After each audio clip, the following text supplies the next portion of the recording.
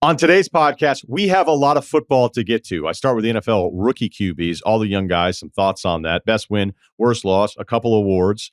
We'll run through almost the entire slate, which was awesome for week one to open it up. Some college ball. We're going to have McShay on, talk about Ewer's big win against Michigan. We'll take a look at the rankings, the things we like, the things we don't like, and also if there were a fourth team amongst the big three in college football, who could that team potentially be? And McShay's going to run through some of the quarterbacks we're worried about, and also we'll take a look at the most talented rosters in the NFL. We've got that, a pick for you on Monday Night Football, and life advice.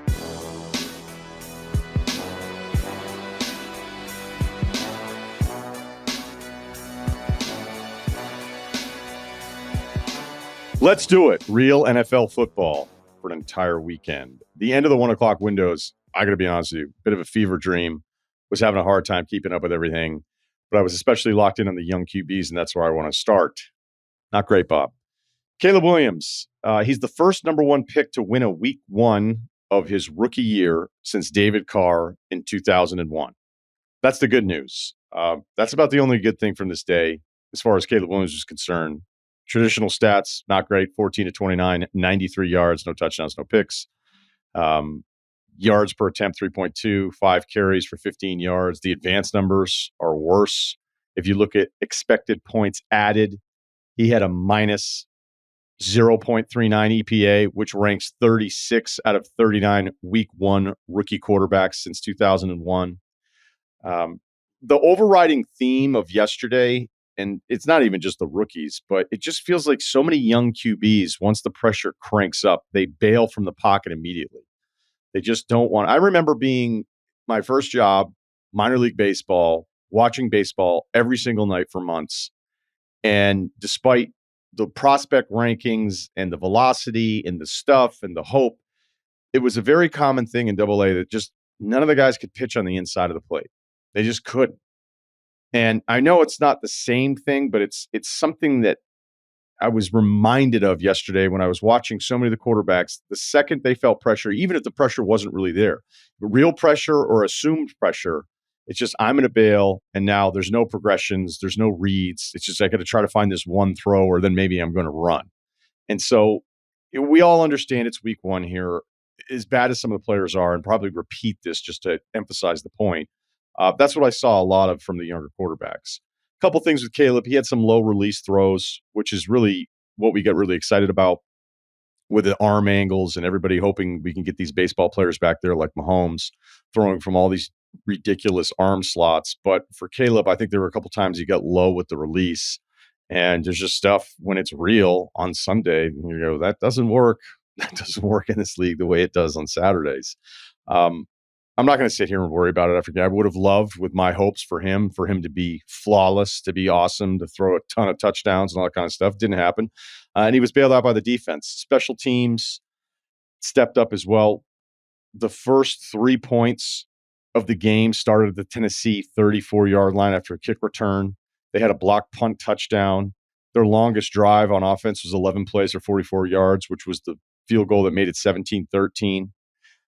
Then there was a fumble. Chicago starts at the Tennessee 31. They gained 1 yard on that drive. So it's 17-16. And maybe the worst play you'll see all season, considering the situation. Now, granted, there'll be games later in the season that have higher stakes. So it's hard to just classify the Will Levis pick six as the worst play you'll see all season. But it's already nominated. That's how bad it was. So on 3rd and 6 at the Tennessee 45, Levis slides to his left into more pressure.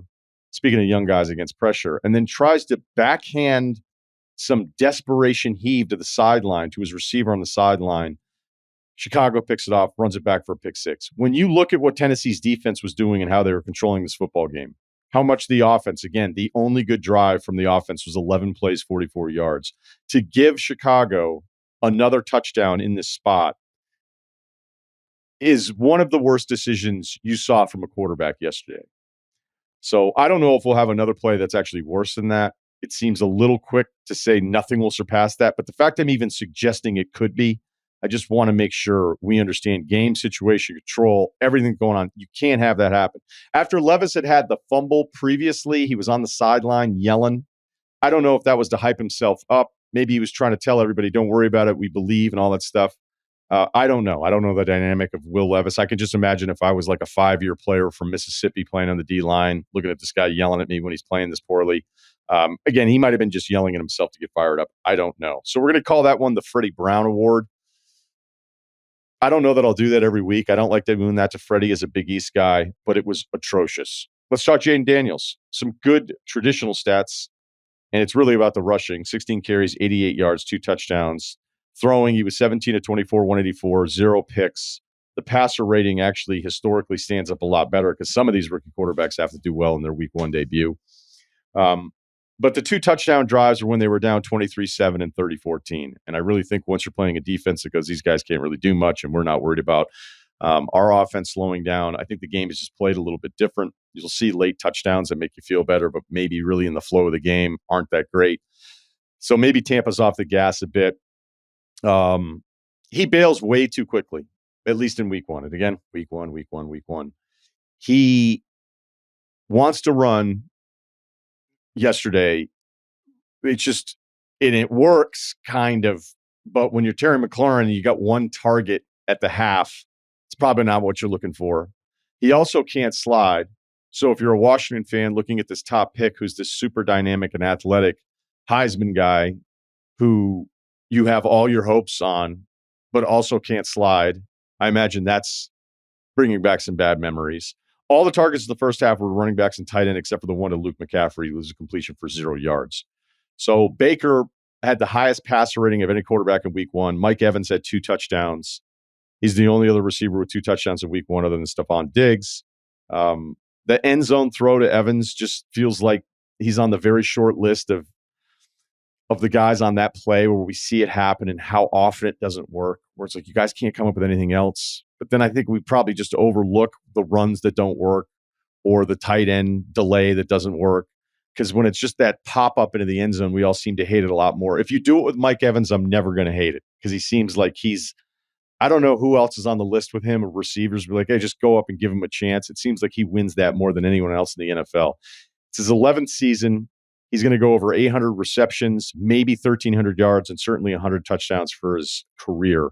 And I'm not going to give him the Jake Gyllenhaal award yet, Tryon Shoyinka, because I can't quit him, but there's somebody else I can't quit, so I'll save it for him a little bit later. Bo Nix, 26 of 42, 138, 2 picks, 1 rushing touchdown. He had 100 yards on his 34th pass attempt.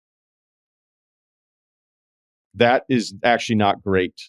When you look at the week 1 QBs again, since 2001, his advanced numbers ranked 38th out of 39. The second pick was terrible. The first one was just a bad idea, but a great play by Julian Love.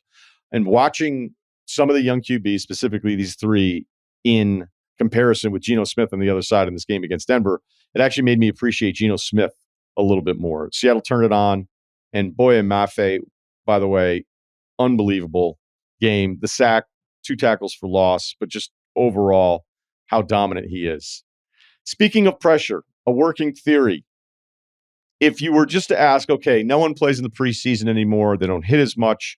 So who would be more ready week 1 with a lack of reps? An offensive line or a pass rush? I think most of us would agree the lack of reps favors the pass rush because if you think of it, okay, week 1, snapping the football, go get the quarterback. Pretty simple.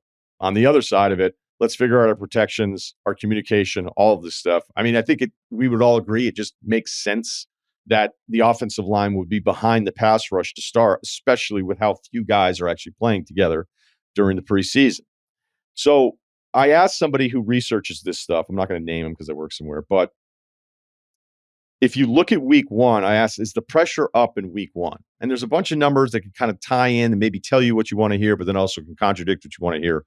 But I'm just going to share it a little bit. And that is that if you look at pressure rate for week 1 this year, 30%, up from 28.6% week 1 from 2018 to 23. So, okay, maybe a slight number. It's, in that world, that is a jump. But if you look at the pass block win rate at the same timeline historically, it actually was better week 1 than it has been in previous years. But that's directly related. Like pressure is pressure. The pass block win rate stuff can have more factors, and time to throw is the thing you're really looking at here.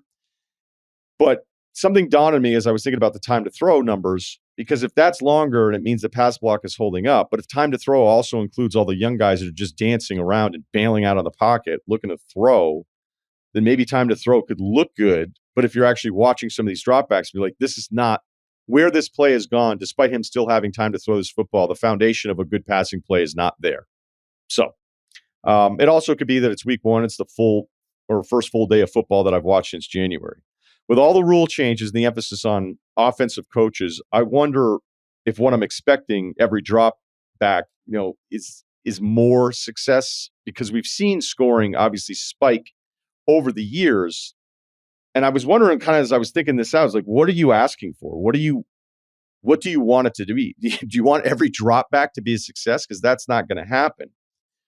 But I do think it gets back to so many young quarterbacks that have everything so dialed in on Saturday that they don't understand raising their risk. And I don't expect all these guys to figure it out week one of their rookie year, but these dropbacks where the quarterback rolls out, he's running parallel with his tight end. It's the only throw he has that's still available to him. The tight end is covered by a safety or a linebacker, or maybe a corner has stepped up. The tight end's 3 yards shy of the first down marker. And the pass isn't going to do anything, but he throws it. It's a completion. The guy's tackled or he goes out of bounds. And it's not really a play that gave you a chance for anything. I feel like I see it all the time. It also makes me appreciate somebody like CJ Stroud, who yesterday in their win, as they hold off the Colts in that bomb show from Anthony Richardson, he has a 3rd and 11. They've got to get the first round, keep running the clock. He hits Nico Collins to his right on 3rd and 11, and it's just a masterful throw. And he knew what he needed. He wasn't going to, he had one spot to throw this football, and it was such an important throw. Colts are going to get the ball back, and it's like, nope, I've got it. It's also Matthew Stafford last night, because you could see with Stafford in game, once they lose a couple offensive linemen, the protection's not going to be there for him. He's thinking, okay, I'm not going to have time back here to start going through progressions.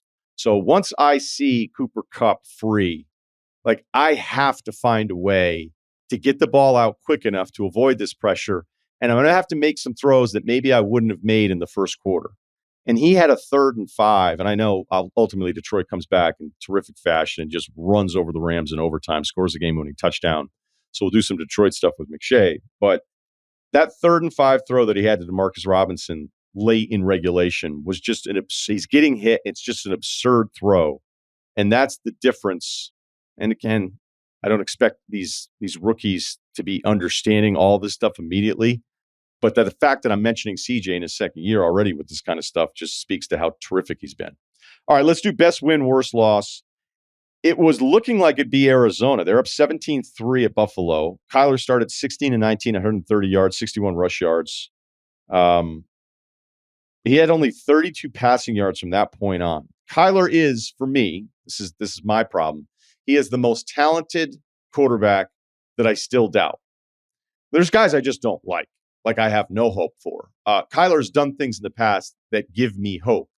And yet I'll watch certain parts of it where, they ended 3 second half possessions, sack, fumble, sack.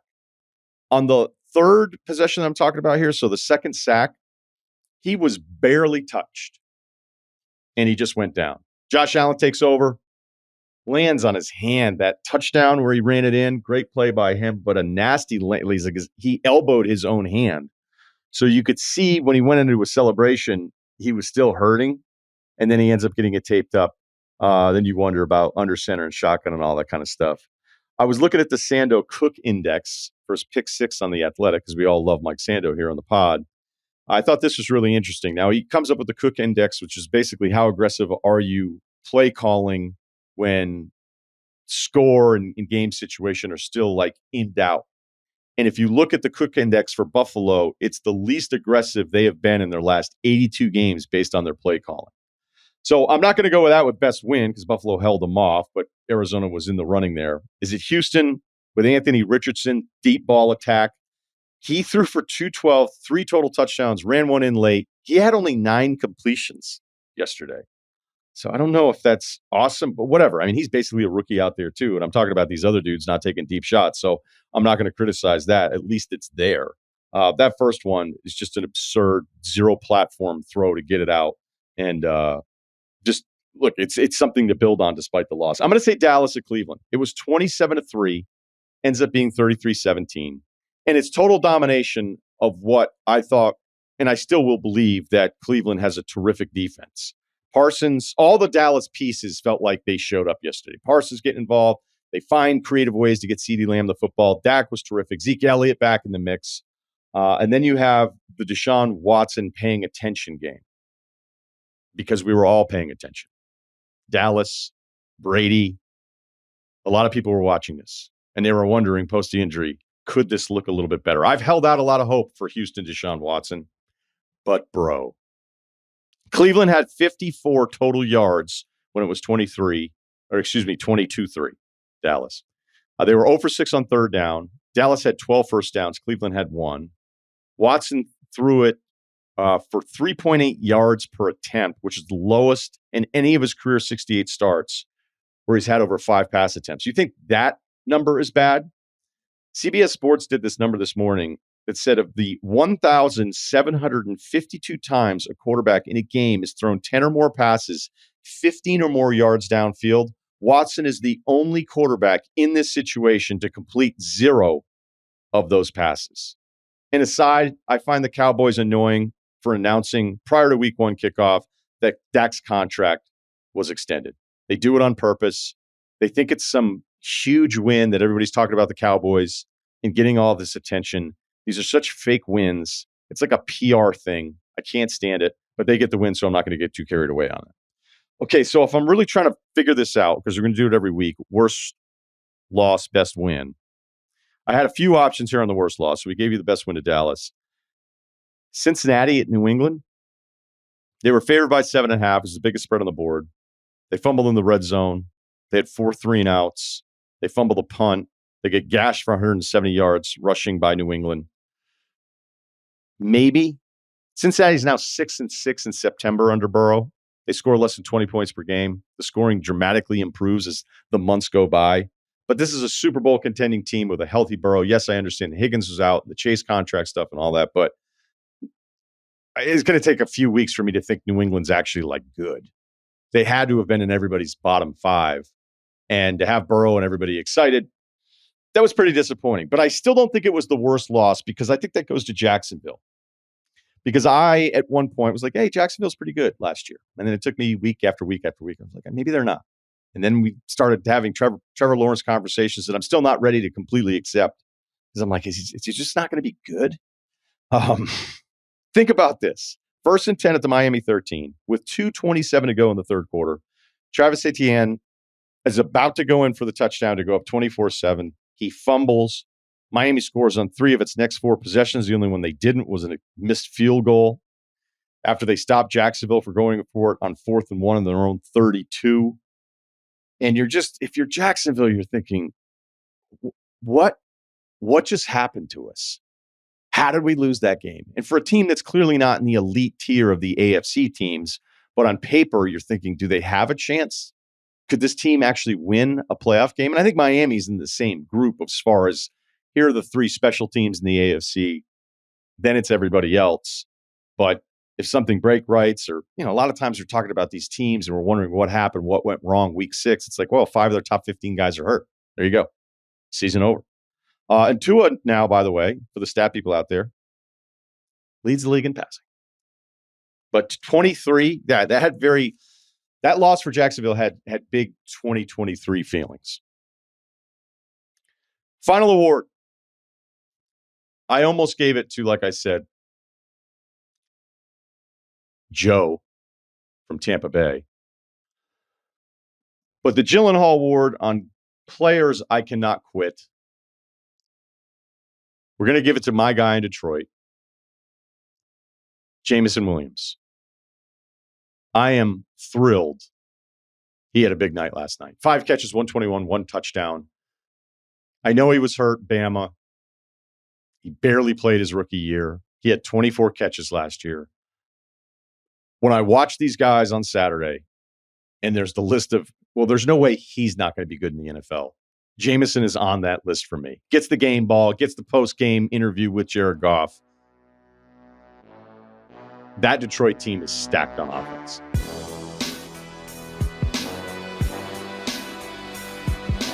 Okay, let's talk a little Saturday. This will be a little quicker here. So the headline stuff from college football, Notre Dame's lost to Northern Illinois, 28-point favorite. If you didn't know, like I know this is kind of a stupid exercise, but play along with me here. Take out the rankings, take out the history, take out the uniforms. You'd be like, okay, we're going to put these 11 guys against these 11 guys. You would never know watching that game that one team is thought to be a potential national title contender. If you say that's overstating it, at least a playoff participant. And the other team, nobody can name any of the players. It was, I don't even know if it's an even game because Northern Illinois just had answers. Riley Leonard, I don't have answers. I don't know what's going on there. And then after Thomas Hammock, the head coach, who played running back there, got really emotional about this win. And I'm actually going to table my thought on that to the very end of this. Texas, maybe the most impressive team now, 2 weeks in. I guess you could say the same for Georgia, and Ohio State's running over everybody. We're going to do more on the top three teams and who the fourth might be, but it doesn't really matter. But we'll do it with McShay anyway. Quinn Ewers was just terrific. And it wasn't about the stats. It was about some of the pocket stuff that I'm frustrated with the NFL quarterbacks on Sunday. The fact that in that pocket traffic that Ewers is so mobile without having to run around. Brady, I'm not comparing Ewers to Tom Brady, but Brady was the most mobile quarterback I'll ever see. He moved in the pocket to open up the throwing lane. He moved in the pocket just slightly to figure out a way to avoid pressure or give himself just a little bit more time, or the receiver or the tight end to find a way to get some separation. Ewers, when faced with pressure, because I still think Michigan's defense is terrific, just looks like a vet out there carving people up. Whether it's Isaiah Bond, the transfer from Bama. I know the other kids got a couple touchdowns. Gunnar Helm, the big tight end. Running backs for days. And then on the other side, you have Michigan's offense with Davis Warren at quarterback after we read about Alex Orji all season long. A thought on Alex Orji. There's always a guy, like on every big team, that when you bring him in, it doesn't matter what the read is. He's going to keep the football every time because he doesn't get to touch the football. He can't believe he's on the bench. He can't believe he's watching 3 hours on Saturday and he's not playing. So if I ever played against one of these guys, I would the defensive coordinator, I'd say, hey, just tell everybody he's going to keep it. Like maybe we get burned, but it doesn't matter. It's kind of like when you run the wide receiver pass option play and they can't help themselves. They'll throw it into quadruple coverage in the end zone. It could be second down and go, hey, we just really need the field goal, so throw it away. He's not going to throw it away. This is his time to shine. A passing touchdown, I might not ever get another chance at this in my entire career. So it's not exactly the same, but I feel like there's so many players that I'll watch, like, oh, here's the old 4-star that came in out of Florida. He's a freshman. Like, oh, you're going to run zone read? He's probably going to keep it. Like, no one went with the backs. There's 12 guys in the box. Keeping it. Let's talk a little Nebraska, Colorado. Nebraska's last 6-1 season was 2016 when they went 9-4. So, with Raiola at quarterback, knowing where he started and where his journey brought him to, his dad, the way he looked, a defensive line from Nebraska, black shirt alert. I don't know what it means for Nebraska. I just know it feels a hell of a lot better than it's felt the last few years. All right, can they really contend in the Big Ten? I don't know about that. I'm not going to go that far because Colorado sucks. Deion's gone 2-9 in his last 11 games. Let's run through some stats. In 2023, they allowed the second most sacks in college football. People may have thought it was fixed after week one. It's not. They gave up 6 more against Nebraska yesterday. In 2023, they were 133 out of 133 D1 football teams, yes, FBS, in rushing yards per game. Yesterday, they ran it 22 times for 16 yards. They didn't even crack 70 yards a game for the season last year. Last year, they had the third most penalties in college football. Saturday, they had 9 for 104 yards. Nothing has really changed. I don't know what Travis Hunter was frustrated about. I don't know if it was a call thing or if he wasn't getting a chance. I think he may have wanted on one of the plays just for Shedeur to throw it up to him. Clearly, we all realize how talented Shedeur is. But the vibe of it is going to take it's going to be a much bigger tax on Colorado because of all the attention. When you get this amount of attention last year after what was really a fraudulent start, all right, and people are talking about Deion being in the NFL and Shador being the number one pick and Travis Hunter winning a Heisman. And look, those two guys still may have, certainly Hunter has years and years of football ahead of him. But when it starts getting nasty, is it because, I would ask it this way, did people go into it wanting to be nasty? Sure, some. The majority, no. But I think with the way the storyline played out, I think it's just really simple. When you get that much attention and then you don't do anything to back it up, the tax is a lot worse. The same thing for Jim Harbaugh at Michigan. And he didn't have seasons like this other than the COVID disaster. I mean, I stuck up for Harbaugh all the time. I was like, as long as Michigan's cool with it, it's fine. Because, yeah, who's got it better than us and all the videos? He stopped doing some of that stuff. Deion's never going to stop doing any of that stuff. Let's talk about the rankings a little bit. Oregon drops 2 spots to number 9 after their late win against Boise State. The Idaho game's probably still more frustrating. Some alarming trends here from Oregon. They were number 1 in sacks allowed in college football the last 2 years. They allowed 5 total sacks in 22 and 23. This year, they've allowed 7 total. And you can see it. I mean, you saw it against Idaho. They're not running the football well. Last year, averaged 6 yards per carry. This year, 3 yards per carry. And Boise State gave up 45 to Georgia Southern in week 1. So they dropped 2 spots to 9. If I had a week 2 reassessment of my summer predictions when I want to pick one of the chalk teams, I don't feel great about my Oregon National Championship pick. Bama stays at number 4, unchanged. Voters must have just looked at the score, which I don't know. Maybe because you weren't that into South Florida, but this was a battle until the score looked like it was one-sided at the end. Milroe's not a dual threat QB. He is a single threat QB. They're fine at running back. They're fine at receiver. They maybe have the best linebacker unit in college football, but the O-line sack numbers that we could get into and say that's part of the issue. And their right tackle, I think it was their right tackle on Saturday, just disastrous night. But Milroe also drops into pressure. So it's a bit like the Justin Fields thing that we saw early with him and the Bears. Tennessee, we had talked about this being the coming out party for Iamaleava, and they didn't really need him. I mean, he was fine. He had his moments, but this is about that Tennessee defensive front. We all know James Pierce because he's going to be a top 10 pick. The stats weren't overwhelming. He had a spin move where he set the guy up outside and spun back inside that was ridiculous. Amari Thomas, a defensive tackle. The Tennessee defense they destroyed NC State in this game.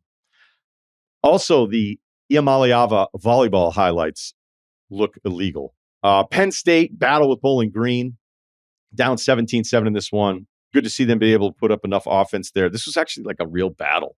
And a quick shout out to Harold Fannin Jr., number 0 tight end for Bowling Green, 6'4", 230 junior. I wonder which SEC school he'll be on next year. Remember, as we were watching Will Howard maybe get off to a slow start at Ohio State, and I mean slow like the first quarter, things look fine, not great competition. But I was joking that Will Howard is going to be good enough that they'll soon get over Kyle McCord. Because if you look at McCord's stat line at 23, we're like, oh, it wasn't really that bad. I think Ohio State fans, you locked into it every single week. You're like, there's some limitations there. Is he awesome? He was so good for Cuse against Georgia Tech. I think his halftime numbers are 23 of 30. He was just under 300 yards, had 3 TDs in the half, ended up at like 380 with 4. I'm telling you, it wasn't just like, hey, let's light it up. And Georgia Tech's a good enough team, right? We saw what they did to start the season against Florida State. But I'm like, I don't think it's just because if you've watched Will Howard enough, you know who he is, you know what he's not. And it's probably fine for Ohio State. They can still win a national championship with him. But my God, watching McCord, I'm thinking, should he still be in Columbus? Oklahoma State wins against Arkansas. The ugliest stretch of things, decisions, calls, clock that you'll see on a Saturday. Who's got a screen that you might be surprised about? South Carolina. South Carolina, Kentucky got a screen. Only because I want to watch the 5-star kid on the edge for South Carolina, Dylan Stewart. When I saw his week 1 highlights on Twitter, I thought it was actually somebody uploading college football video game stuff. I'm serious. I'm not even trying to be funny about it. Because I was like, that's a real person? He is a real person. He beat a triple team against Kentucky that was absurd. This was such an ass kicking from a pass rush versus protection.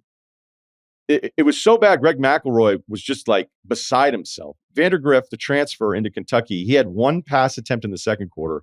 And then I don't think he completed another pass for like 30 minutes of game time. At one point, he was 3 of 10 for 30 yards. Another time, Kentucky kept 7 in to protect against the 3-man rush, and South Carolina still got there. It will be one of the most dominant performances you see from a D-line against an O-line in college football. Okay, I want to finish on just this. And I want to bring it back to Northern Illinois' win and Hammock, their head coach. So he's crying at the end. And I don't care who you are, you should feel good for him. Like a moment you're sharing with a stranger that you're watching on television. And it got me to thinking about something. And I may bring this back, a segment called Tweet I Didn't Like. When Travis Kelce and Jason Kelce signed a $100 million deal with Wondery, by the way, congrats to everybody. People were going, whoa. And there was this one guy, and I don't want to beat up on him any more than he already got beat up. And I don't even remember it. I don't have the tweet in front of me, so I'm not going to quote it word for word. But he basically was like, why would Travis Kelce keep playing football? And he got roasted, which he should. And I could relate this to something like the people in the world that work out and the people that don't work out. And it's as big of a disconnect as I can think of, because the people that work out are like, how would you not want to actually like put yourself through something and then the reward of actually doing something physically? Where the people that don't are like, why would you want to do something physically? Like, it kind of sucks sometimes. And yes, some days it absolutely sucks. I'd ask this: why is journaling considered cool for your mental health, but not keeping track of your lat pull downs? So Travis Kelce signs this huge deal. Somebody who's probably never, I don't want to turn into a Neanderthal here, but like after soccer and being on the yellow team, he probably wasn't super locked into sports. And he's just thinking, well, look at all this money it's safer to podcast than it is to play football. But maybe Travis Kelce likes playing football. Maybe there's something awesome about being around a bunch of other guys trying to compete for something at the highest level. Maybe he likes the physicality. Maybe he likes to smash into other people. Maybe he likes the idea of being a Hall of Famer, maybe the best tight end that's ever played. Maybe he likes to win Super Bowls. It seems like all of this stuff is really working out for Travis Kelce, and knowing how quickly an athlete's career ends, maybe he would like to keep playing at a high level for a little bit longer, even though he has all this money from a new media deal. And yet the person that can't understand the reward of sports still thinks Travis Kelce's like making a mistake. And I thought about Northern Illinois while their head coach was crying. Because other than your children graduating or doing something that makes you so proud, maybe you make President's Club and medical sales for your company. But like, how often will you be so motivated by joy in your life to cry? And that's something that people that don't compete, that don't test themselves physically, will never understand.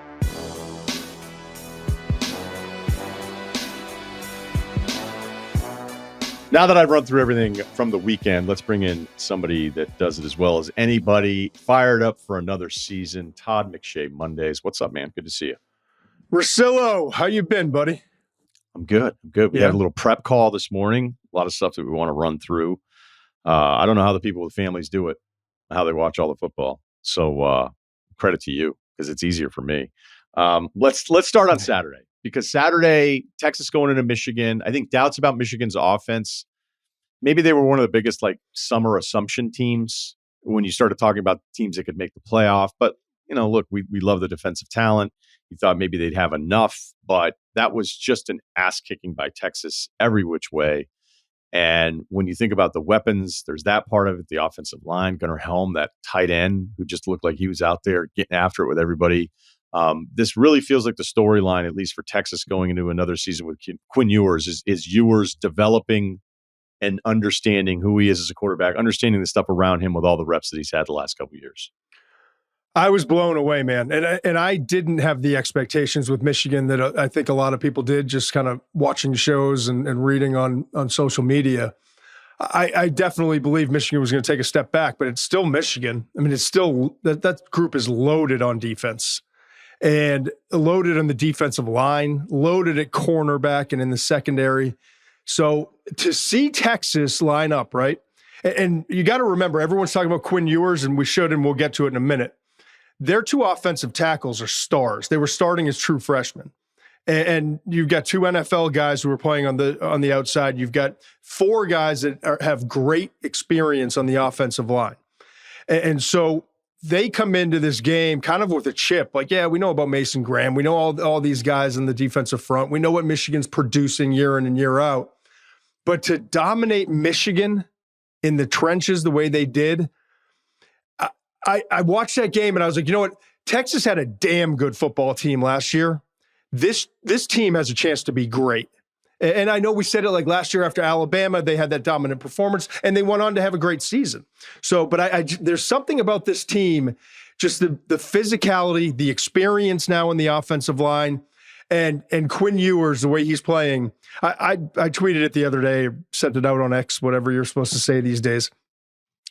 He's like the shining example of what game experience is for the quarterback position. He's always had talent. You know, he put on weight, he took off weight, he was more mobile last year, all these different things. But the one thing that he has gained is game experience. And when you're playing at Texas and you have the pressure on you every single week, and you've had peaks and valleys and played great in some big games and played poorly in some big games, you learn from it. And you have a really good coach in Coach Sark, who's developed a lot of great quarterbacks who have gone on to have NFL success. He's coached in the NFL and had success. So you couple the experience that Sark has and the coaching that he does with just game experience and now coming back third year as a starter. It was like watching a quarterback, the light finally came on completely. And the progress and the development, I just love studying it. I'm a junkie and a weirdo about, watching the progressions of quarterbacks.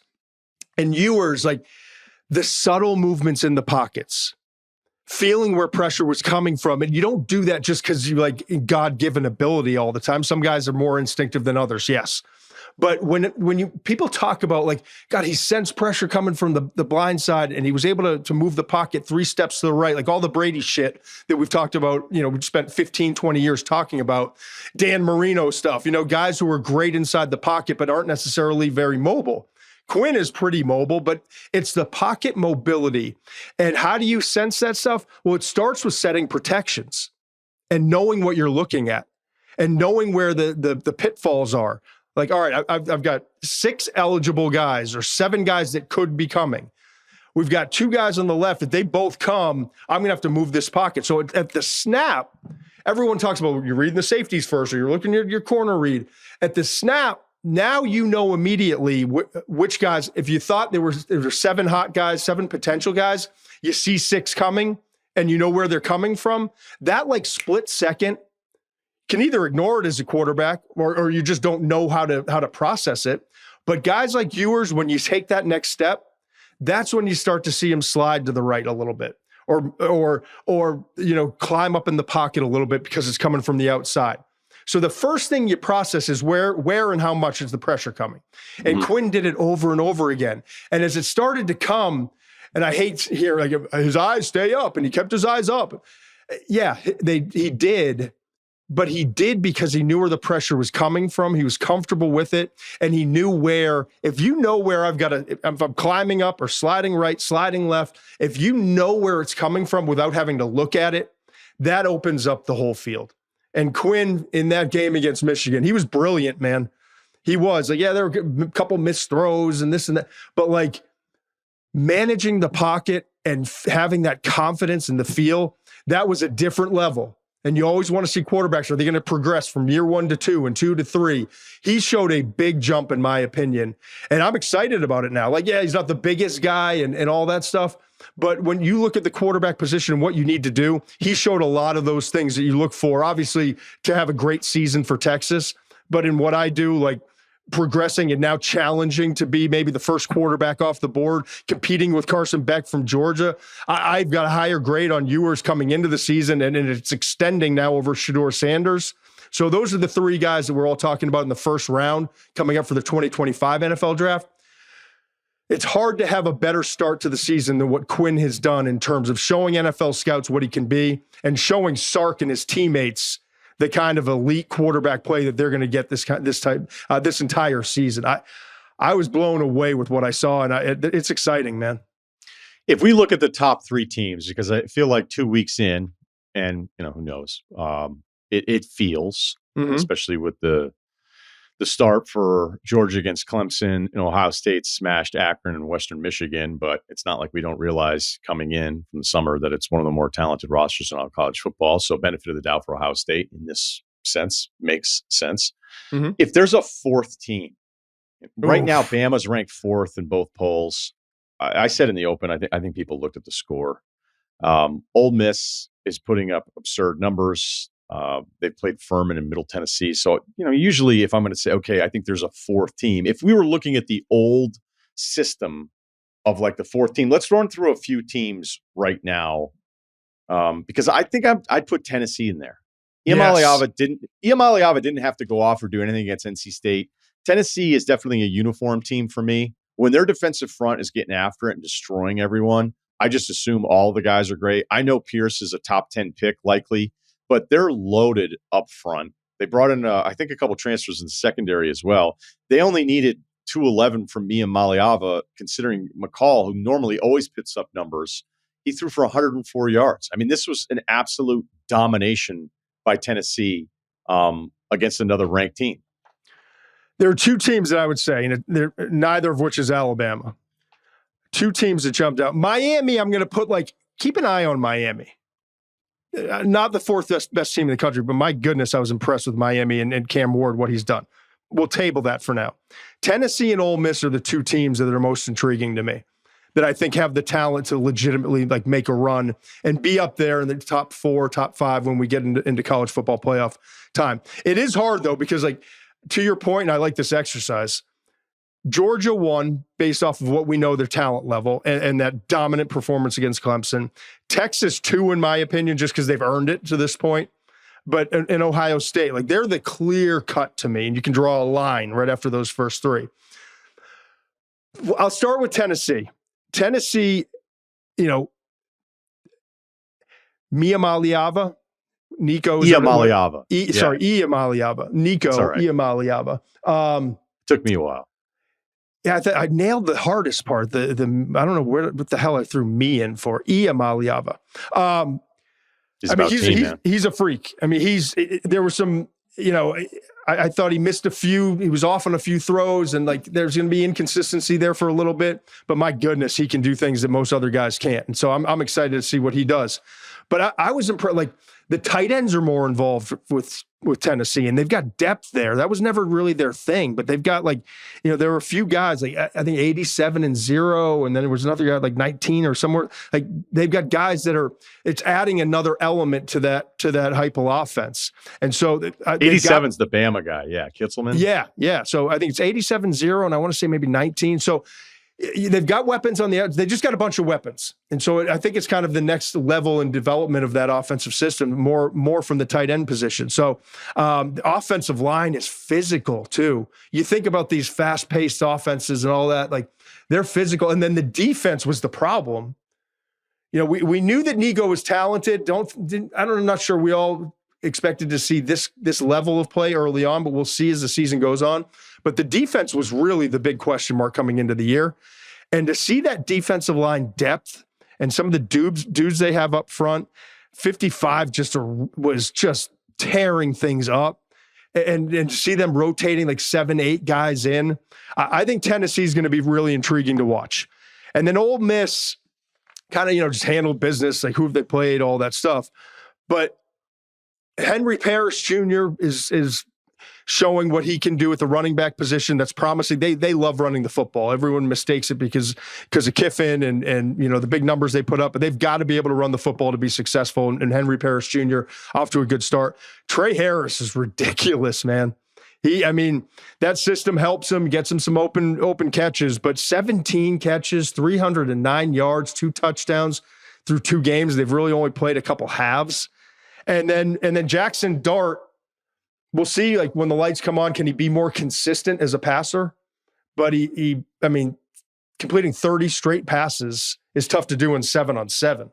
It's tough to do sometimes just throwing routes one-on-one, not even one, just you and your receiver. So you got to be really encouraged by what you've seen so far from Ole Miss. So those to me are the two teams that are the most intrigued. I see in the rankings like Alabama and Missouri.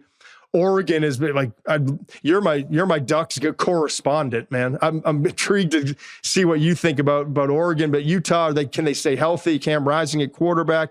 Oklahoma, what was that performance? LSU had a good loss, but like, what are they going to be this year?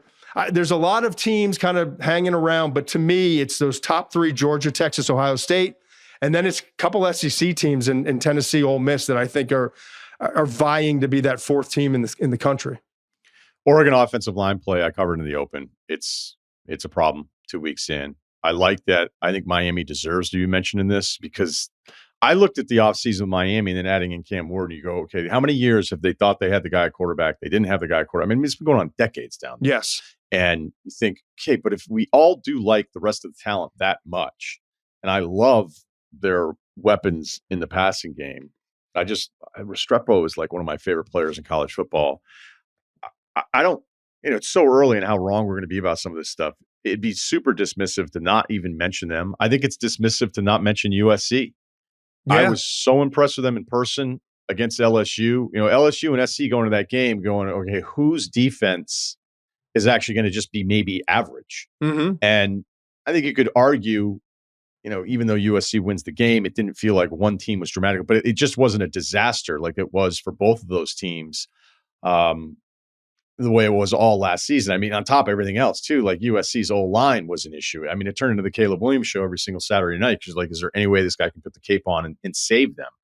But when you look at Miller Moss's toughness and his story, being there a bunch of years, and I always think it's kind of cool when you can grow up playing for the team that you're rooting for your whole life. Yeah. And the way they're getting and all they have to do, like they put it on Utah State.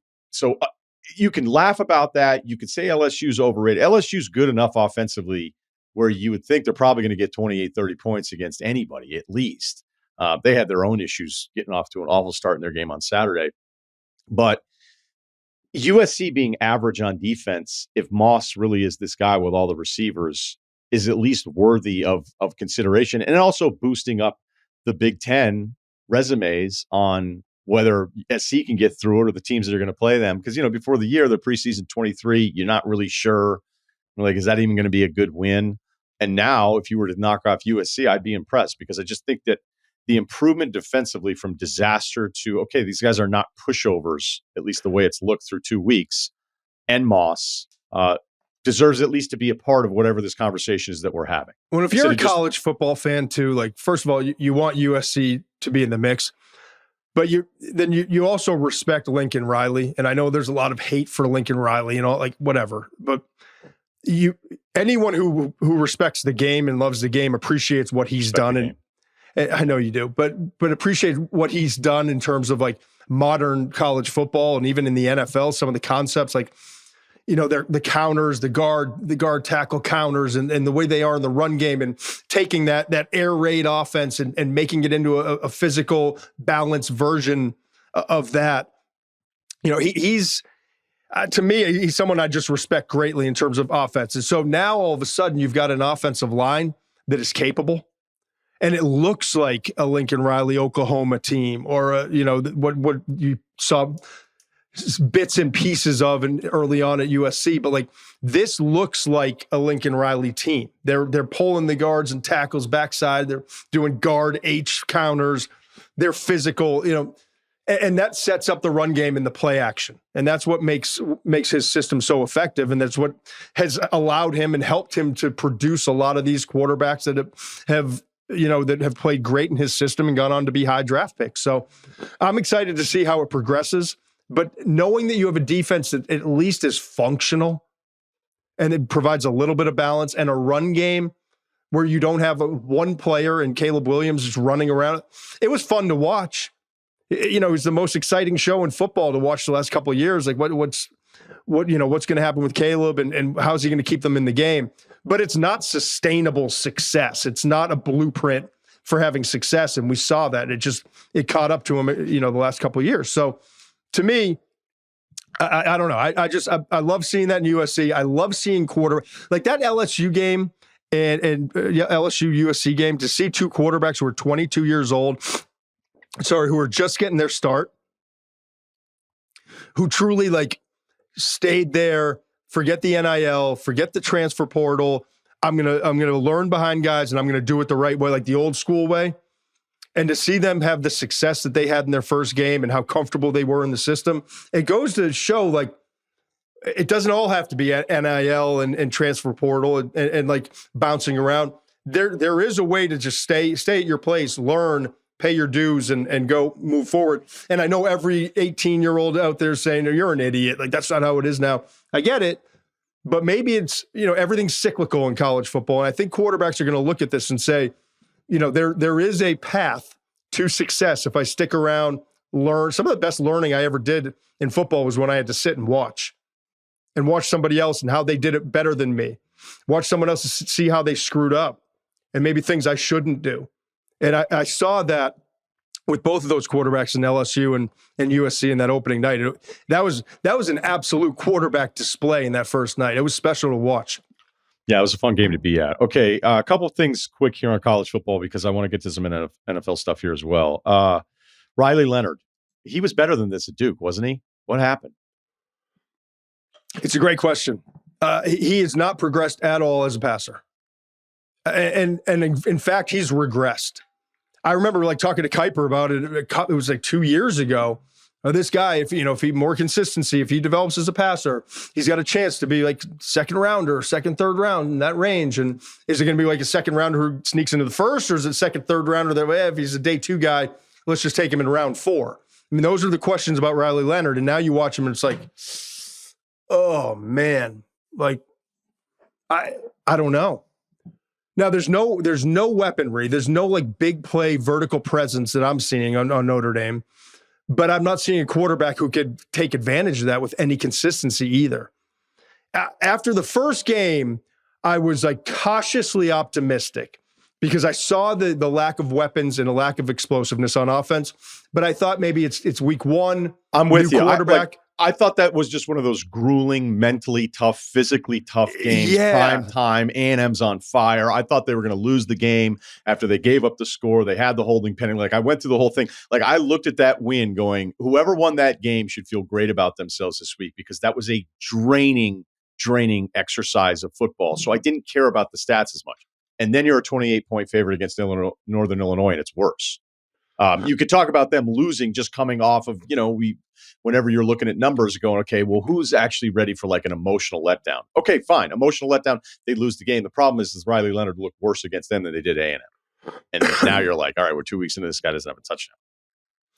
Yeah. And what do? Marcus Freeman, you got a good football team. Like, that's a good football team. They're good defensively. They're great in the secondary. Their offensive line's Is it the best secondary in college football? Oh, I hate to. I'm putting you on the spot there. Yeah. So. Let's call it top 3 right now in the nation. And it may very well be. Michigan's got to be up there too. But yeah. Okay. Yeah.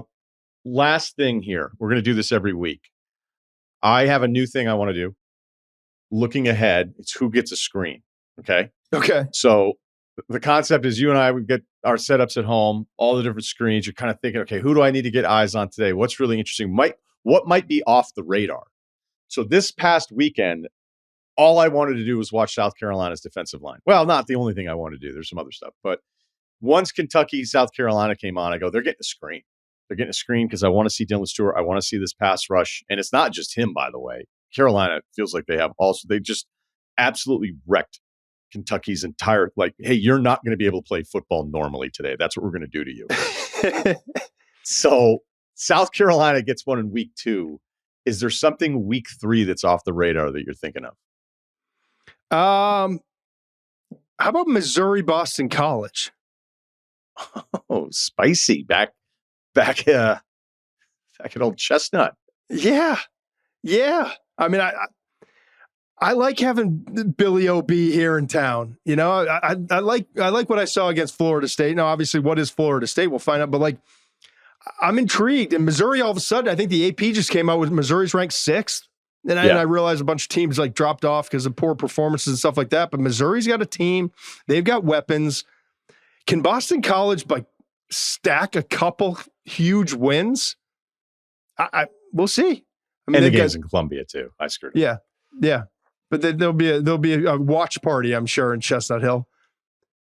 I mean, they could have the best. The Patriots won week 1, but they could be the most intriguing football entity in New England. I don't know, man. Pats were rolling yesterday. That was a brutal watch. I'm gonna do this for you. They have the week off. Penn State, but Tyler Warren, number 44, senior tight end, 6'6", 257. Frank Leonard was my tight ends coach at Richmond. He's the tight ends coach at Penn State now. He's one of the offensive coaches at Penn State. We're all very visual people. Hold on. We're all very visual. Go ahead. Just no, you've got a better story. He keeps sending me texts about these tight ends that are really good, and they turn out to be really good, and they get drafted in the NFL. But he sends me him in August, and he's like yelling at me. I mean, he's been yelling at me since I was 18 years old. But he loves them. He loves them, and I saw him. I thought he was going to come out last year. I thought he was going to be like a second, third round pick last year. But he's they've got a tight end Warren. I like him. Drew Aller is intriguing. Oh, we're back on the Drew Aller train. I like it. No. Oh, we're not. But I'm at least going to the station and like just checking the schedule. Yeah, I'm checking the schedule. Like that might be an option because right now I've got Carson Beck, Quinn Ewers, Shador Sanders is going to be a roller coaster ride with on and off the field. What about Connor Wigman? Cam Ward is now like, okay, and Drew Aller gave me a little. Oh, all right, like. He's always had talent. He's a tough kid. He's mobile. He's got a big arm, but the inconsistency was driving you crazy. And I thought his confidence was shot. Like that was my favorite thing from week 1. It's just seeing him against West Virginia look like whatever they've done with the new OC. He's believing in what he's doing. I thought that kid was shot to the point where I actually had sympathy for him last year. And I'm going, all right, well, what's it going to look like? And so now they had to come back against Bowling Green. Now you can make fun of them for the letdown against Bowling Green, but they win the game. But they had to get out there and make some plays. And Singleton's this dynamic guy. They're just doing a much better job of the new OC, and I think that's probably one of my favorite developments because I actually felt for that guy. Yeah, at the end of last year. Oh, I did too. Just overwhelmed. Yeah. Games too fast. Not in a position to succeed. So Aller's all right. We got a bye week. We'll think about it. So week 3 after week 0. So it would be the 4th week of college football. Aller's a guy to keep an eye on too. Okay. But Tyler Warren, I know we're very visual people. 44, lining up in the slot, ball in his hands, a little Dallas Clark-ish, but he's huge. I mean, he's 6'6", 260. You look him up, Mechanicsville, VA. I don't know how many times I think I've looked up tight ends, origin stories. I'm wrong about this, but I feel like there's 7 guys that I'd be like, oh, another one from Mechanicsville. I don't know what they do down there. I could be totally wrong about it. I'll get research on it. But that's the screen they're off this week, but I'm just going to be on him. I'm going to keep you honest with him because Fryermuth, I think you screwed up. I was all over it. Yeah. I didn't screw up on Fryermuth. What the hell are you talking about? I'm just screwing with you. So January 24th, I get a text from Frank Leonard yelling at me. Theo Johnson, I said, yeah, I like both your tight ends. What's going on with Warren? He's staying, but he will play in the NFL if healthy for 10 years. He's another guy who will measure at 6'6", actually played in the Peach Bowl at 267, laugh out loud, smart as hell, high school quarterback, makes plays, can block. I imagine with training will break 4.7. Love him. Dad played safety at Richmond, as I'm sure you know. Well, now the world knows. Yeah. Okay. Yeah. Let's talk NFL. So I was really locked in on the young guys. I ran through it for the audience earlier, so I don't need to repeat myself on everything. Overall, it wasn't good. It may likely mean nothing. Right? It's really hard. You're right. Because I hope the message is very clear. I'm going to share it again with you. That was my focus. None of it was good. Who knows? Like whatever. I mean, it was just bad. But you're right. Let's stay on that point on how hard it is, because that I think is probably the best way to talk about it. Be like, yep, this is a little different, man. This is a little different for you. Although Caleb should have been used to things being hard on him after last year with USC. But yeah, the three guys, the first rounders that started, wasn't good. Yeah, I think I saw a good clip of the Belichick talking about Caleb Williams. Like, yeah, he had a couple nice plays, but it wasn't accurate. The rollout to his right was the best play he had all day. But no, he was talking about like from one of the preseason games when he was awesome. Maybe on like that NFL Films or whatever the matchup, whatever it was. And Ryen. Yeah. He had a good clip on there, and everyone's like kind of hyping him up. Like, you see those plays? He's like, yeah, he had a couple good plays, but he wasn't accurate. And it's like, yeah, because you get caught up in it. And so, in watching him yesterday, he's got developing to do. He's got to learn to play the position and trust the system and become more consistent with his feet. He's never been able to, so he's never had to and never really developed the consistency with his footwork, like repping it out, 3, 5, 7-step drops, top of the drop, feet in balance. Like, the beauty is he can do all those other things at an elite level, but in order to succeed at an elite level in the NFL, he's going to have to be more robotic. He's going to have to be more precise with his, and I'm not talking about like accuracy, I'm talking about the things that allow you to be accurate. And it's going to be interesting to see that development happen. Now, Chicago played great on special teams, had some great moments on defense, hung in there. They found a way to win. First guy since, what was the stat? David Carr. Yeah, David Carr. That career went well. Dude, some of these first rounders would hope they could be David Carr. No, I'm not talking about the 24 class. I'm just talking about some of the other guys that didn't work out. So my point is, it was frustrating to watch at times, but it's going to be a process. It's going to be a process. Jaden Daniels, like we talked about, I remember getting Ceruti to try to look up the Looney Tunes last year. The clips of him running out of control. And I got to find this thing on X again. It's one of the funniest clips I've seen in a long time. Just like 15, 20 different highlights of him running out of control and then just getting whacked like a Looney Tune, like body parts flailing everywhere. He's got to learn how to slide, bro. He's got to learn how to slide. I can't believe, look, I don't have as high hopes for Bo Nix as I do the other quarterbacks, okay? And as I've discussed, I'm willing and ready to be wrong on literally everything. Yeah, I'll get to Bo in a minute, but go ahead. But Jaden, who I have higher hopes for than Bo, I would say of actually the three quarterbacks, even though Jaden had the best stats, I found his game the most frustrating out of the three guys. Why? Because as soon as it was on for him to run, he's like, I'm just going to run. And I don't think you can run an offense that way. I think it looks cool at times, and he got his 2 touchdowns.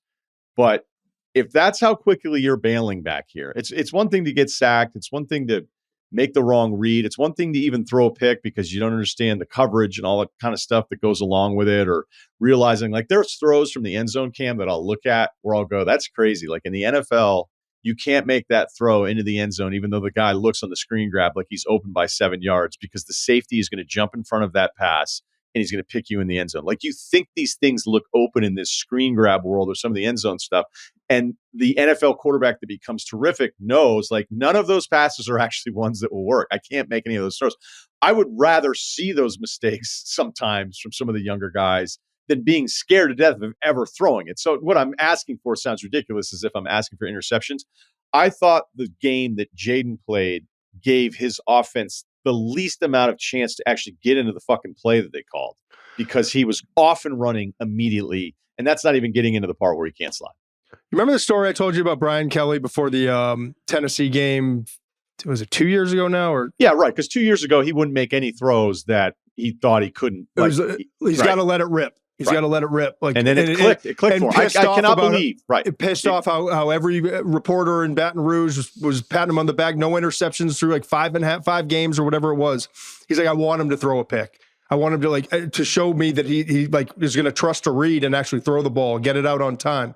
And then like the Tennessee game didn't go well. That was when Hendon Hooker and Tennessee was rolling. They lost that game. But I told you on the very first play, like it was so clear. Like Brian was telling me on the sideline, like 5 minutes before they went back in before kickoff. He's like, he's got to get it out. He's got to let it rip. He's got to trust his reads. He can throw with anticipation. He is accurate, but he's not trusting it. And then the first throw of that game was a comeback route. I was standing in the end zone behind him, and like the 25-yard line, he's throwing a deep comeback route, and the ball was out before the receiver broke. And it was, I promise you, Brian all week was like, listen, first play, we're on the deep comeback to the left sideline. If you don't get this fucking ball out on time, like we're going to have a problem. I don't care what happens. Throw a pick six. Like, get it out on time. Show me you can do this, and let's start rolling from there. And he did, and it was a completion. It was a beautiful ball. And so, like, that game didn't go well. But you saw from that point on him start to trust it. It's easy, though, to revert back as a quarterback to when you were in that protective mode. Think about it. Like, when you go to do something for the first time, you're kind of protecting and you're nervous and you're not sure of your environment. You don't trust it. So his natural instinct has always been, see it open. If it ain't open to see it, I'm going to run. He did that in high school. Did that at Arizona State, did it early on at LSU. Now he's back. So he got coached out of it. And so now he's in the NFL, and it feels fast again. It feels like when he went from high school to college. It feels like when he went from Arizona State to LSU in the beginning. And so it's going to take time, but he has shown that he can work his way out of it. So if there's something like, yes, it's maddening. Yesterday was frustrating to watch. I get it. But hopefully it's something that can be worked out of him like it was at LSU. Okay, anything on Bo Nix? So I said to you last year after the draft, remember we did like kind of a recap show, that this, in my opinion, this would be we're kind of jokingly saying it, but like the arrogance of Sean Payton to take Bo Nix at 12, right? But then also backed it up with the respect I have for Sean Payton. And if there's anyone who could do it, he's on a very short list that can make this work. But I respectfully disagreed with his assessment of Bo Nix. But again, it's his system. He's met with him and gotten into his mind and understood like what drives him and all that. And so he thinks that it can work. Then, so you're looking at it and say, my evaluation not as high as him in number 12. But Sean Payton has a proven track record, great with quarterbacks, knows what he's looking for, loves this guy. So let's see how it plays out. The only thing I would say to this point is, A, it's one game. B, it was ugly. C, can't throw into triple coverage. Like Archuleta was great. And I don't know if you watched it. Yeah. He's like, the ball didn't even come out. He goes, oh no. I think he said, oh no. And then like it was picked. And on the second one. Yeah. The second one. He goes, oh no. And then the ball comes out of his hand, gets picked. And then he paused, let the play-by-play guy announce it. He's like, you can't make that decision. You can't make that throw.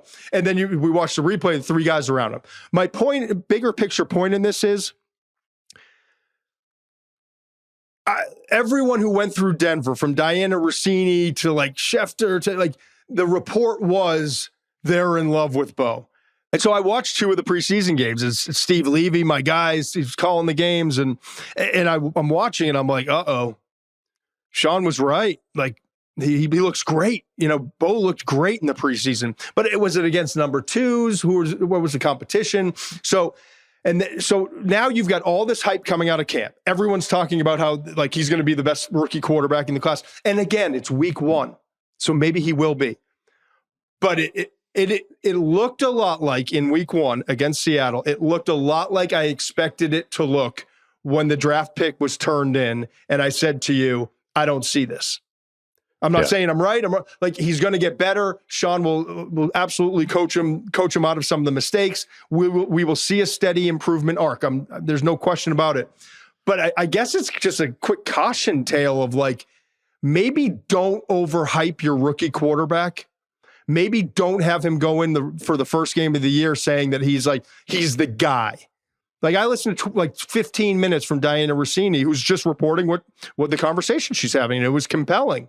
Very compelling, but talking about like, this is the stamp he needed on this organization. This is exactly, the guy that they expected him to be when they drafted him.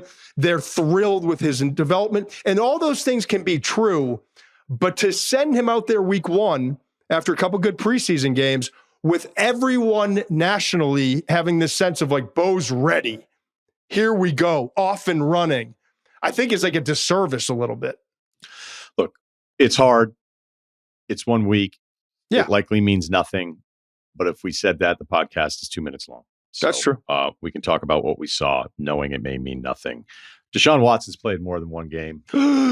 He's played a bunch. I shared this stat in the open. I'll share it with you again. I can't even believe this thing is real. CBS Sports had this stat where of the 1,700 times a quarterback has thrown the ball 15 or more yards down the field, 10 or more times in a game, he's the only one that's completed 0 of those 1,700 plus instances. Say it again. So of all the games where quarterbacks had 10 throws or more of 15 or more yards down the field, so that's 10 attempts, 15 or more yards down the field, he's the only one that hasn't completed any. Gosh. It's so ridiculous. I saw it. Look, it was up on CBS, so I assume it wasn't like I just saw it from Doug in that ass 641.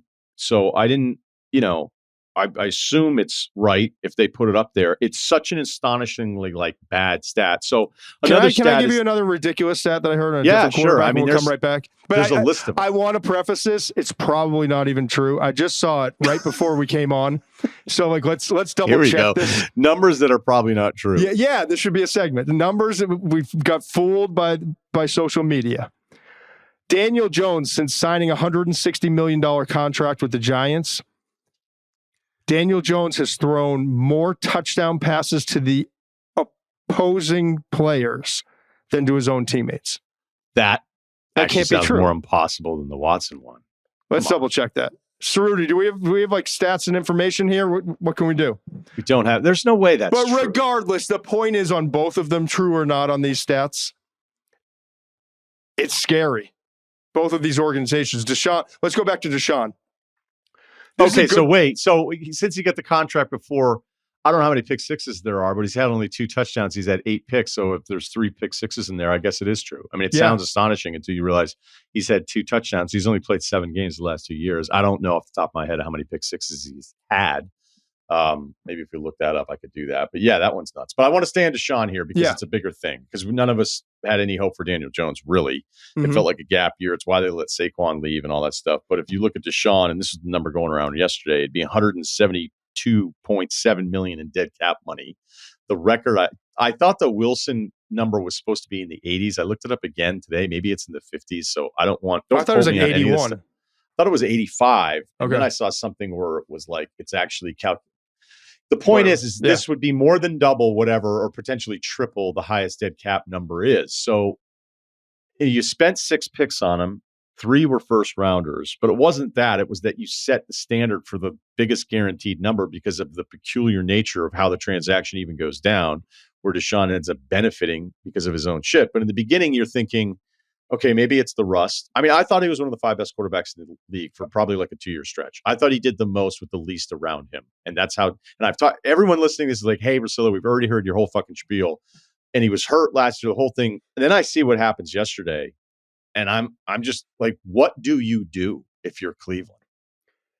Yeah, I mean, if you're the eternal optimist and sick in the head, you're like, well, we got 2 kind of backup type offensive tackles against Micah Parsons and that defensive front. And it's first game this season, and we'll make some adjustments and all that stuff. But he just doesn't look right, man.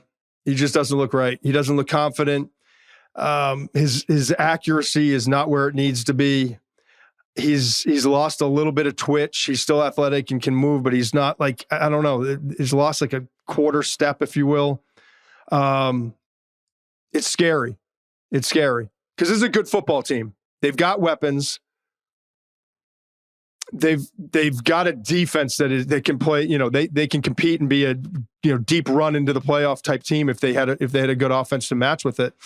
But to think that you spent that much draft capital and this much money on a quarterback, and now literally your biggest weakness and biggest concern is your quarterback.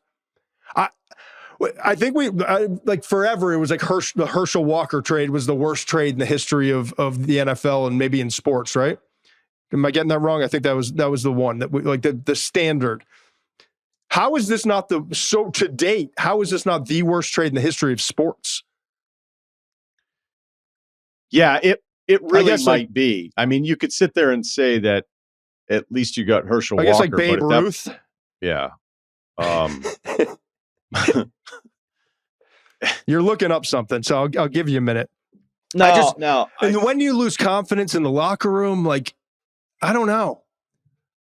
You talk about pressure on you. You talk about pressure on a human being.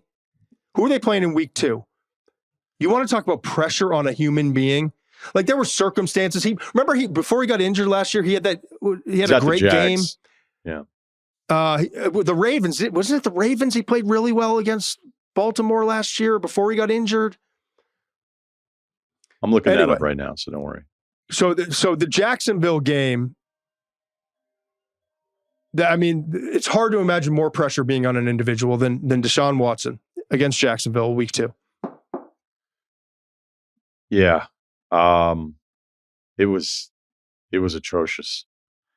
This is research on the fly show. I want you to think about on a personal level too. And I'm not, but no one cares about that. No, I understand. I'm just saying, from a personal confidence level and what you once were revered as and considered. Dabo Sweeney's like long lost son, the face of a Clemson program that was doing it the right way, like the character through the roof. Everyone worshiped you. You come in the NFL, you exceed expectations. I was concerned about him making the transition from that offense and the consistency as a passer. He exceeds expectations. Right. He goes from Clemson royalty to like Houston, Texas royalty. Everything in the world is going for you. And then the off the field stuff happens. And now you get to Cleveland, you got a fresh start. And you're still carrying all that other stuff that you earned, right? And now all of a sudden you're looked at as like a horrible human being and a quarterback that has sucked the life out of a franchise. Can you imagine the pressure on a human being having to wake up this morning? I'm just saying, like, think about it. I don't know. I don't know how he's wired. I don't know him. I don't know. But you're right. It's likely this week sucks for him. By the way, that game against Baltimore, they won. Remember how weird it was? They got a touchdown, and then they had the pick 6. So a game where they were down like 30-17 late, they came back and won it. His numbers are fine. They're nothing special. But considering how bad he was last year or how bad he was yesterday, 200 yards and a win, you would take it. Speaking of bad trades, because people throwing around the Bryce Young move up to go ahead and take him for Carolina, and then Chicago ending up with Caleb, DJ Moore, the other pick. Look, I remember getting into an argument with Van Pelt when Jamarcus Russell flamed out with the Raiders. Okay, Jamarcus, you were there for the pro day. You've already talked about it a million times. Like, it was one of the most impressive things you've ever seen. So that's why that guy goes number 1 overall. When you watch him play with the Raiders, I thought Jamarcus Russell had the worst pocket awareness I think I've seen of any quarterback that was supposed to be something. He just never computed that it was like, hey, if you don't know where it is, it could be over here. If you do know where it is, this means all these sort of, it just never, like, whatever, dude, you're going to hit me. Fine. Not going to adjust to any of this stuff. Even having said all of that and hearing that he wasn't mature and it wasn't going to work out, that usually when you know the number 1 pick, you get another chance. And I made that argument with Van Pelt. And if you go into the Jamarcus Russell timeline, there's actually a couple times where it looked like he was going to get that tryout. The number 1 pick flaming out somewhere ends up on a roster somewhere else. The Bryce Young stuff was so bad yesterday that I think Red Zone cut away to just a completion in the second half. It wasn't even a big deal. The game was over. Saints were rolling. Carr had it. It was like, hey, here's a nice throw and catch from him. Are you surprised it's this bad? Yes. Because you liked him, right? I liked him too. I liked him a lot. I saw the potential pitfalls with, the durability and the size and those sorts of things.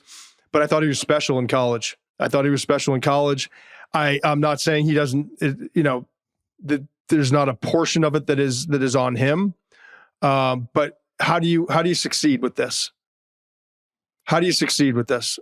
And watching it is gut wrenching to me because I spend a lot of my life watching. It's sad to say. It sounds like you're being dramatic, but no, I spend a lot of my life like sitting there on this iPad, on this screen over here, watching tape, and it's hard to see a guy who you really like as a human being, and you really like as a player, be put in a situation where it's like you're stealing his soul from him. And then to watch him like now, like losing confidence in what he does and losing his like mechanics and footwork and not being confident in throws. Like the position itself is so driven by confidence. Do I see am I seeing the picture clearly? Do I understand where guys are going to be? Am I confident that my receiver's going to break at the right time? Am I confident in my protection and that I set the protection well? Everything's about confidence. Am I confident in this throw? And when you get to the line of scrimmage and you're not confident in any of those factors, it starts to chip away at you. And I'm seeing that with Bryce. Like that throw where he rolled to I don't know how much you watched yesterday. He rolled to the left, and normally like it was a vintage Bryce Young Alabama throw, and it was like a third down, I think it was, rolling to his left, and all he had to do was like throw back, kind of not across his body, but back, open his hips, and throw it to a receiver who had a little bit of room, and he missed it by like 3 yards, bud. Like, I don't know. It's hard to watch. And so like, where does this end?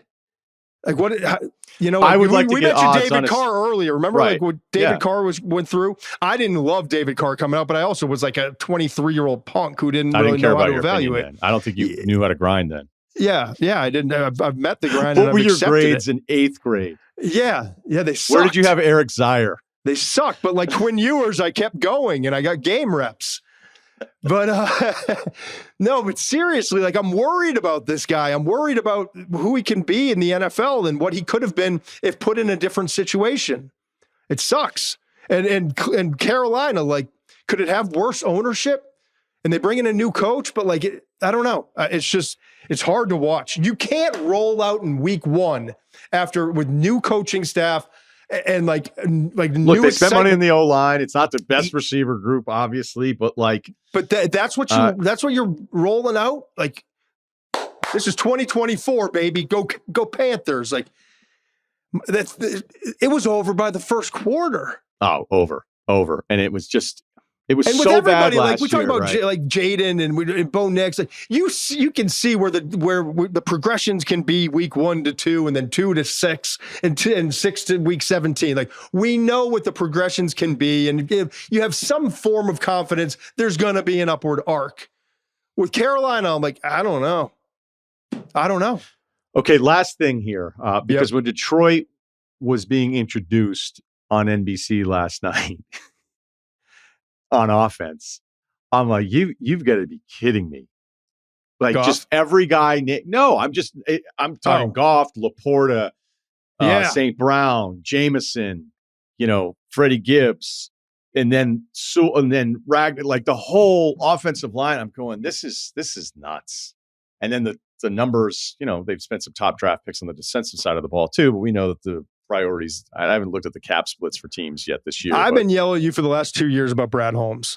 You have been. I accept the yelling. My boy Spielman, who I worked with, traveled with, and he's like family, extended family to me, and he's in the organization. So I've always tried to I've got plenty of friends in different places, and but he has brought me inside like the inner workings, not like who they're picking and what their board is, but like their process and how much respect he has for Brad and the work that they put in and all that stuff. And so, it's just been funny to watch. Like the Lions draft sucks. They get an F grade. It's horrible. Why are they drafting a running back in the first round and a tight end?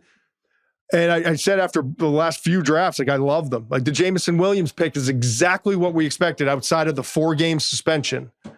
Right. The development that he can bring, and you don't have to win. It's not win now when they drafted him, and to see the impact he had last year, and now the development he's taken in year 3, and like buying in and all that stuff. This is an organization that like it's hard not to root for, and it's all Dan Campbell, and I get it, but like Brad Holmes has been the like behind the scenes glue, man. They have drafted their asses off. They all of a sudden, like they've got an offensive coordinator who's brilliant, who like a lot of places wanted to bring him in as head coach, and he continues to go back. Because sometimes if you're just exceptional at something, stick with it as long as you can. Because you become a head coach, you can't do what he's doing here with the weapons that they continue to bring in. Like I love it. I love it. Are they going to win the Super Bowl? I don't know. I mean, there's a bunch of teams. You and I were talking offline about like the best rosters in the league. They're up there with them, but there are several other teams. But my goodness, they have stacked it the last few years in the draft. And it's brilliant to watch what they've been able to do. Yeah, the reason I was thinking about that cap split was because last year they were so far and away spending more on offense than they were defense. They were the number one spending offense. They spent 121. Last year on defense, they spent 68. Surprisingly, and again, sometimes it's just the way you work out the contracts and the scheduling of the payments. And, I think sometimes you can look at it as playing with a little bit, but they're middle of the pack on offense, but still significantly more than the defense. Where if you look at it, the number of teams that spend, like the Rams spend $176 million of their cap on offense and $44 million on their defense. Really? That's nuts. I know you weren't asking for that. So Detroit, as we end here now, here's what I love about Philadelphia. When I watch it, I'm like, there's a million dudes out there. Dallas feels like a million dudes. San Francisco always has to be at the top of this list, but Kansas City, whatever. I mean, now I'm just going to be naming good teams. Detroit is in that conversation for you, though, because yes. I don't know how you could look at the roster, and it was just a nice little reminder as all the guys are being introduced on offense, and I'm like, oh, he's good. I like him. That offensive lineman's awesome. Oh, he is too. That guy's terrific. And then Goff, becoming what he's become, which is incredibly rare. And you got Hutchinson on defense. Yeah, right. You got Terry Arnold, who I know had the bad once. penalty. Yeah, he had the bad penalty there, but yeah, whatever.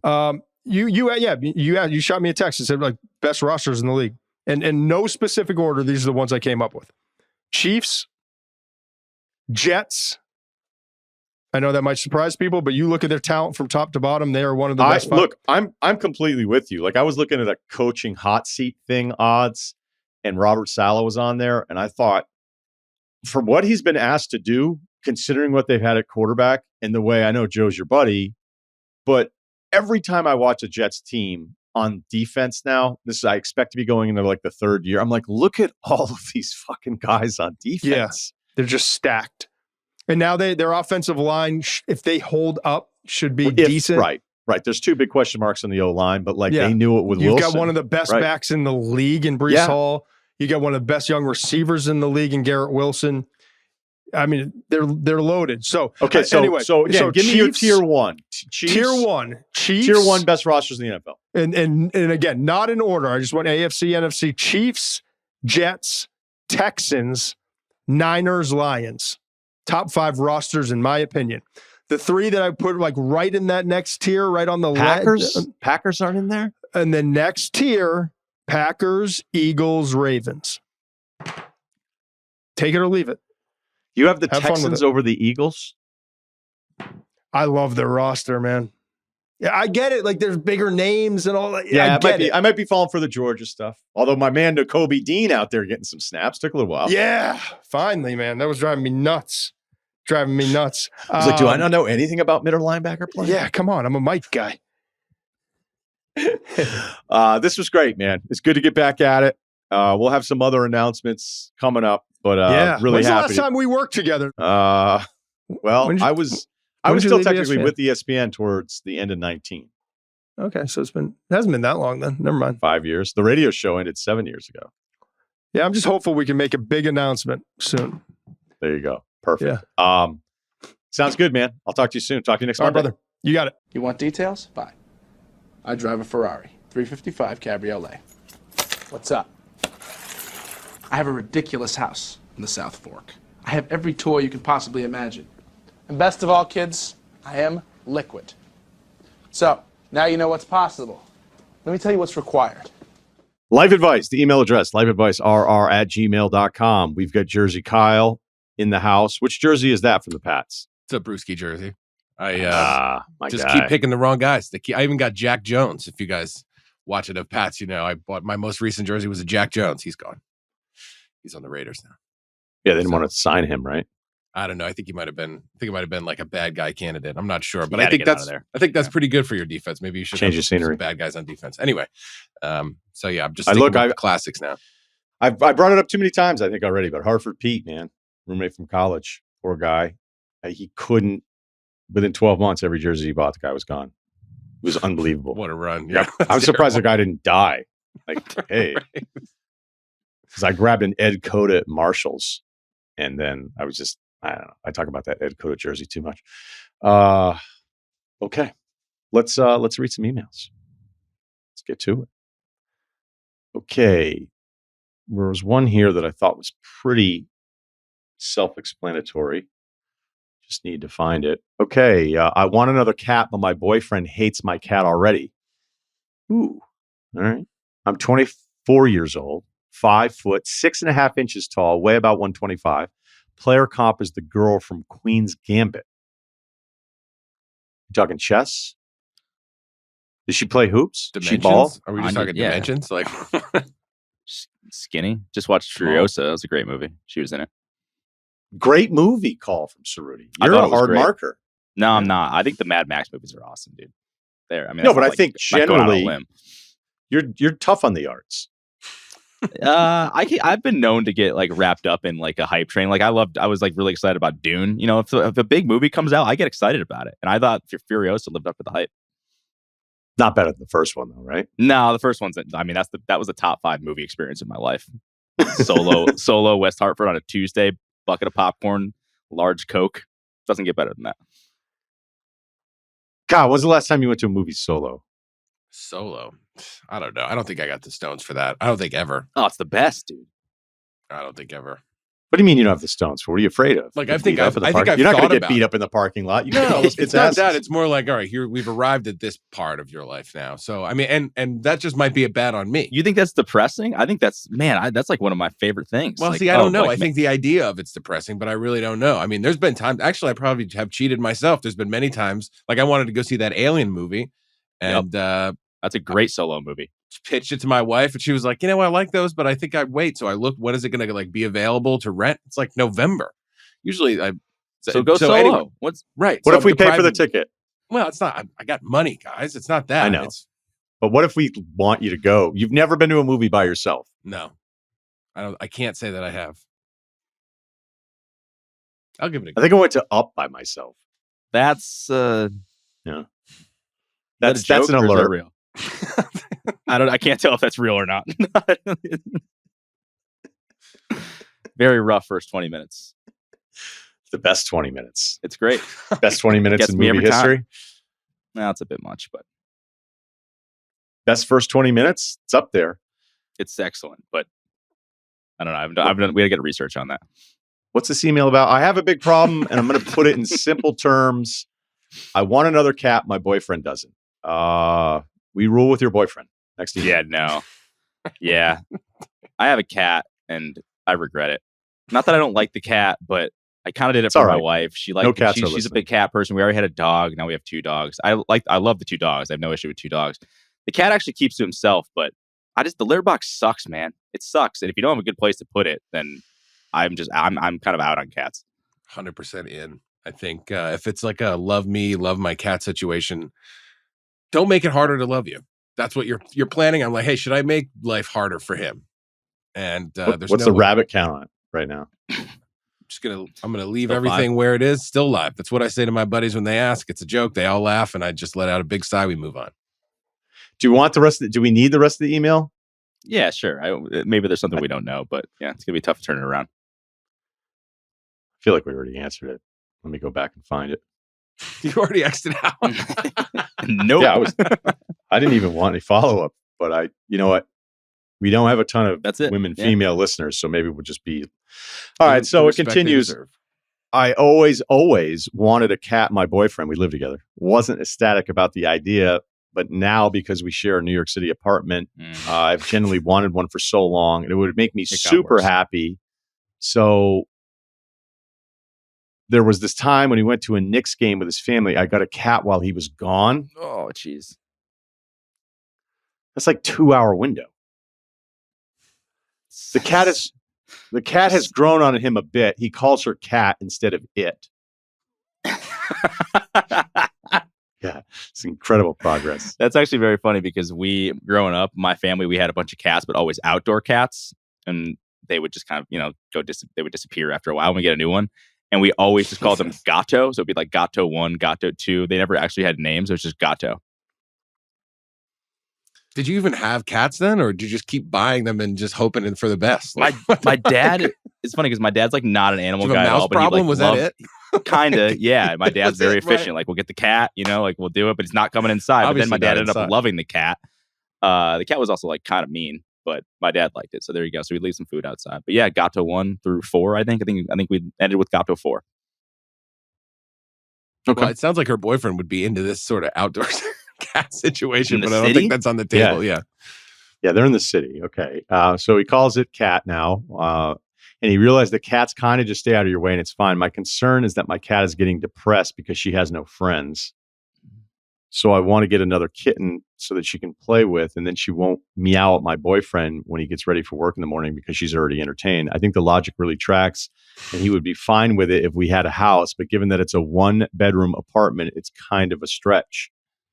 My algorithm keeps sending me adorable kitten videos, and I just really want one anyway. Not sure what to do. Oh, no kidding. It's sending you videos of things that you're interested in that you've stopped and looked at before.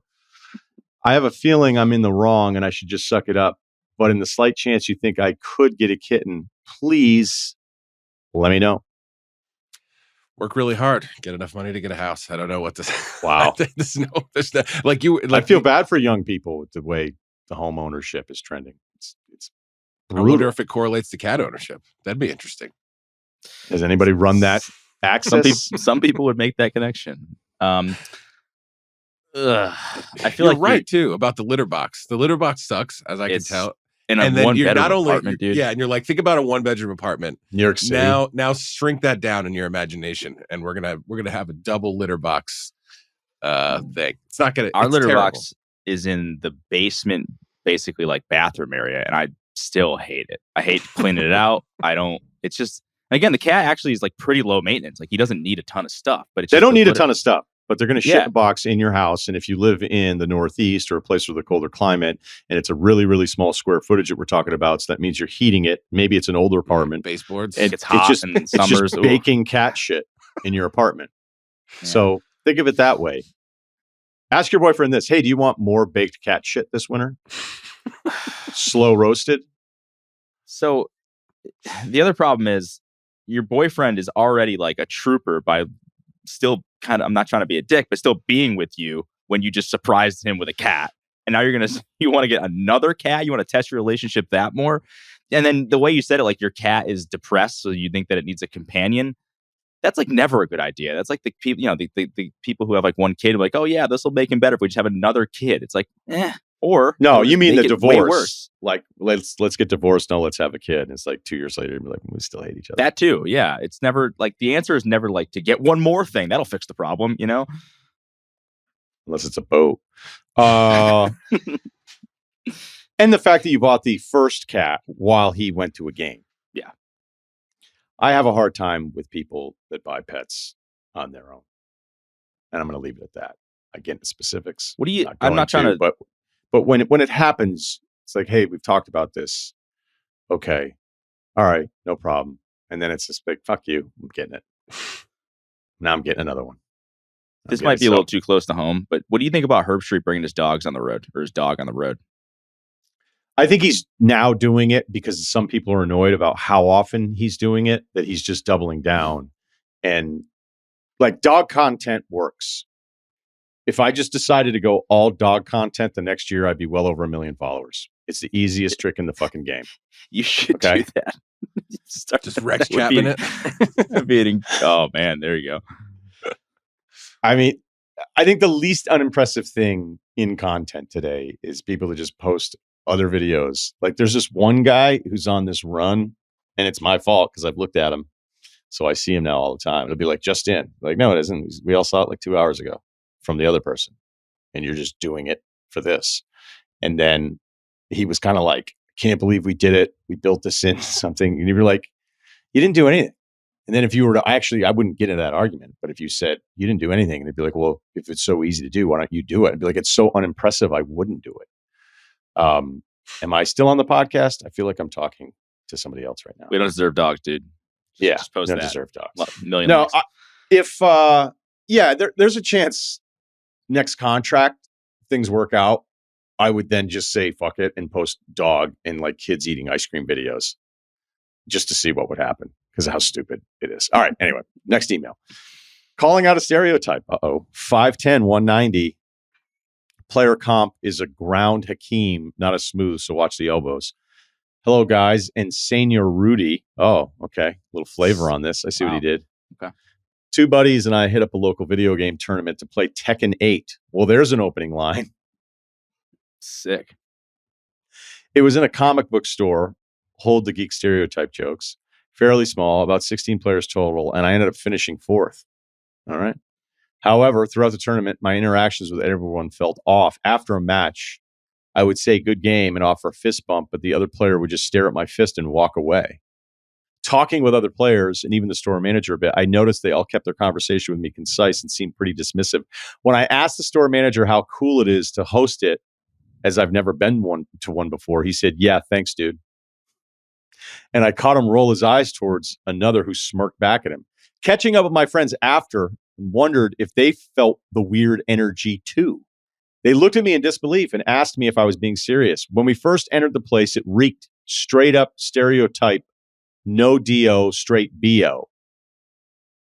And it was throughout the store. And I guess I thought I was whispering when I looked at my buddies after hanging around the shop for 5 minutes and said, man, the stereotype is true. These dudes smell like ass.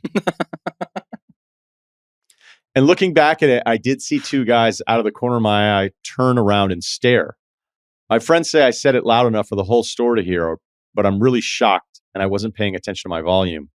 I don't necessarily feel guilty about it. Do you guys think I've given myself a reputation now whenever I head back? At the Tekken circuit? Yeah. Is there a Reddit Tekken thread about you? Like, that guy that came in 4th is a dick, you know. Should I clear things with the store manager?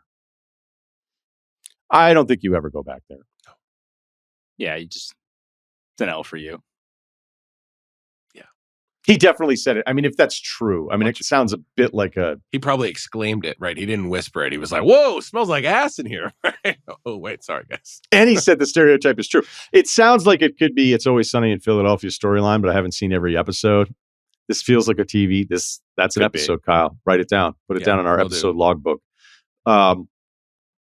I don't know that I'm mad at you, but like, figure it out. Figure out your fucking volume. I know. You know, don't walk right in. But people are oblivious to it sometimes. I'll still never forget, like, it was like a travel basketball team. I think I was 14. My buddy was 15. My dad picked us up. And my buddy kept saying the F word. He said it 1,000 times. I felt like he just couldn't stop swearing. And at that point, I wasn't swearing in front of my parents. And then I think we stopped to get like Gatorades or something. I was like, dude, you're swearing nonstop in the car. And he was like, I am, you know, and he couldn't figure it out. So some people just have no idea what they're actually doing when they're talking. I would ask your friends, like, is this something you normally do? And the lesson would be to work on that. You're not repairing this. They're never going to forget you. Nobody walks into a Tekken 8 tournament and says, hey, everybody smells like ass in here. They're not used to that. Checks out. They're never going to forget you. And again, community. It'd be one thing if it's like a bad night out and it's in your town and you've got to repair, you got to go on the apology tour, you know what I mean? Or something at a dinner with friends. Like, stuff happens where you'll feel like, I should fix this. And I don't even think you worry about fixing this one. No. Just go to the Tekken 8 convention in the other town. Yeah, just absorb this shame and you know, make it a teachable moment. I think that's really it. Yeah, if you can't play in Tekken tournaments anymore, what are you really losing? I think that game's online now anyway, so you're okay. I get why it would suck though, because he's like, it's true. Like, it stunk in there, and you're like, what did I do wrong? You know, it's true. Whatever. Well, like, maybe they should take a shower. There's plenty of stuff that's probably true. That you shouldn't say out loud. I get that, but he's probably just like, whatever, man. Like, or he's one of those guys. Like, everybody's got that friend or multiple of these friends where they're just like way too forward when they go into places, and they like don't understand how people would be offended by things. Like, let's go back to maybe the best thing I've ever said on this podcast. My buddy who just like went into my college friends group and started calling everybody virgins. That guy, you have to know that guy. He's not a huge asshole, but in an isolated incident, like, that's an asshole move, you know? And maybe this guy was just kind of like, oh, whatever, I'm just trying to bust balls, or it's not that serious because he's kind of a jokester. And then when people get offended by it, they don't really understand who that person is. Maybe that's you. Me? Or the email? No, maybe that's this guy, the emailer. That's who he is as a personality. No, you wouldn't do that. I wouldn't do that. But I could see somebody being like, would be like, you have to know. I thought that's what you were doing. I thought that's what you were doing to me. No. Because we've done that before. We don't need to do that anymore. All right. We have time for one more because I think the kitten one was pretty quick. This is a new one.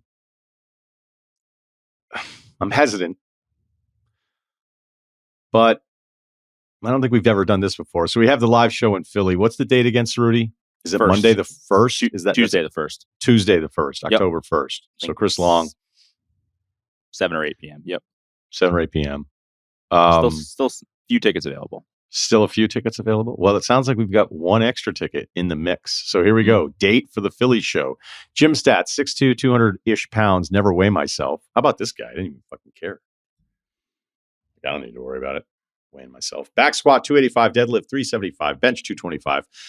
NBA comp is no one because playing a couple of weeks of JUCO ball 25 years ago means there's no one in the NBA that deserves to be on that by saying this 45-year-old guy who plays hoops every Tuesday in a preschool gym, literally, and doesn't get a single shot up any other day is a poor man's Kyle Anderson, who is obviously a sick player.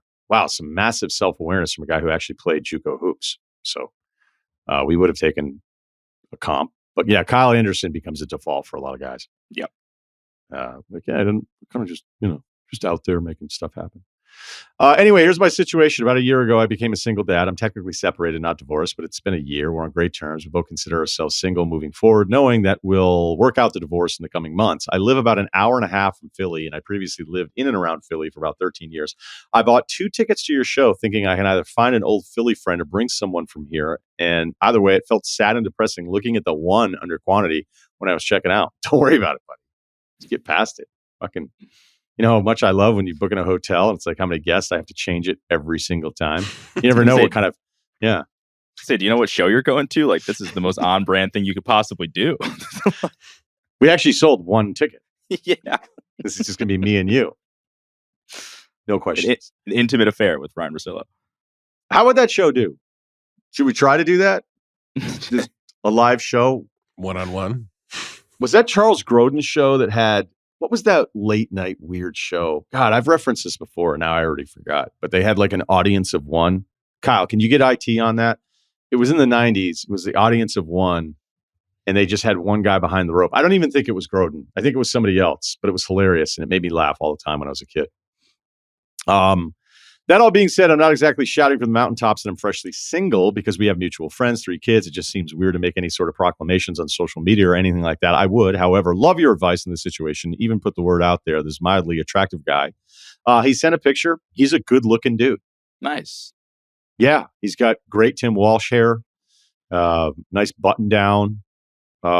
Great angle on the smile. Like I'm just, look, I'm an observer of things. He's a good looking dude.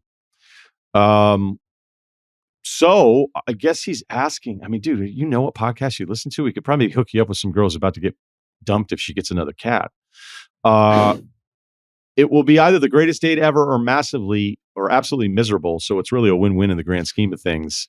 He always listens a lot. All right. So what do we do with this? Can you take a first date to a live Russillo show though? I don't know. I feel like that's a bit of a risk. I think it's a terrible idea, personally. Yeah. I mean, honestly, she's just going to be like, because we'll make a thing out of it. Like, is he fat? Doesn't he talk about working out? What's going on with that shirt?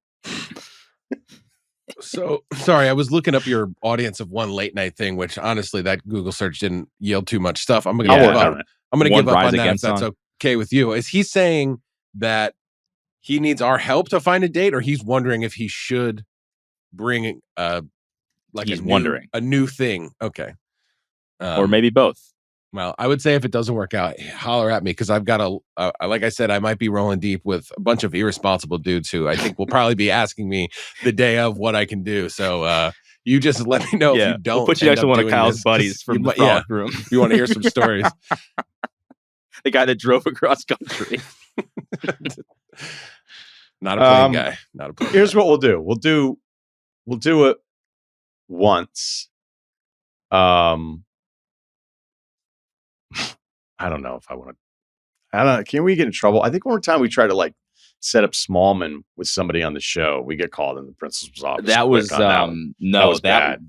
Smallman was actually over the house yesterday. She's doing great. Shout out to Michelle Smallman. Yeah, shout out to Michelle. But no, that was when we were at UNC. We were at, what was it, Top of the Hill? There's a cool bar there or whatever. And I think one of like I don't even know what her title was, but like person who like organized the show, like was handing around mics to people in the audience, and somebody just like asked Michelle out like on the spot, and it was pretty uncomfortable and awkward because it was definitely a no.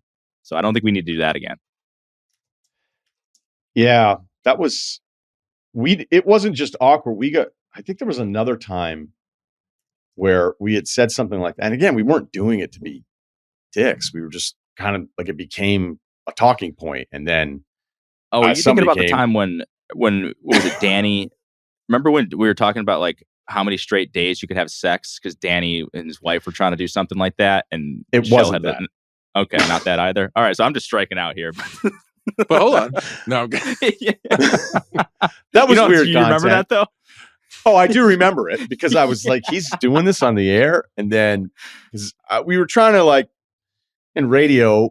You sit there and think, okay, it's Monday after week 1 of football, and it's like, yeah, but the best stuff is always the stuff that's stupid and so he was trying to expand, and credit to him for even trying. And I think in the pre-show meeting, I was like, if you want to tell that story on the air, I guess you can. Yeah. But I thought we were trying to set somebody up once, and then somebody came down. It was like, I don't like this. Sounds like this is bad the way this sounds. And we were like, okay, we'll stop doing that. By the way, Alan Havey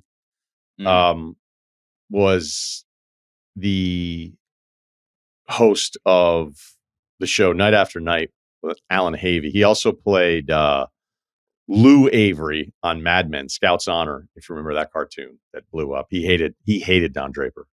Hated him. I didn't like Lou on the show. I'm glad we passed that off to you. So you just got to know your limits. I was like, I'm just an audience of one late night show is my Google, and it was just like, our late night show's audience is declining. I didn't even get the Tim Walsh. Yes, they are, by the way. I'm way behind. That's my roommate from college, so you're not supposed to get Tim Walsh. So Tim Walsh hair. I was like, what am I missing right now? Guy has model hair. He's like almost 50. Guy gets better looking every year. Shout out to Lake Forest. Wow. So I think we've come up with nothing. I think there's something wrong with going solo, man. If nothing happens. Yeah, I'm actually going to need help. Oh, how many guys are you bringing, Kyle? I don't know if I want to. What do you mean? Why? What, are you worried? Yeah. A little bit. All right. Well, then I don't know how many. It's all part of it, man. It's all part of the mystique.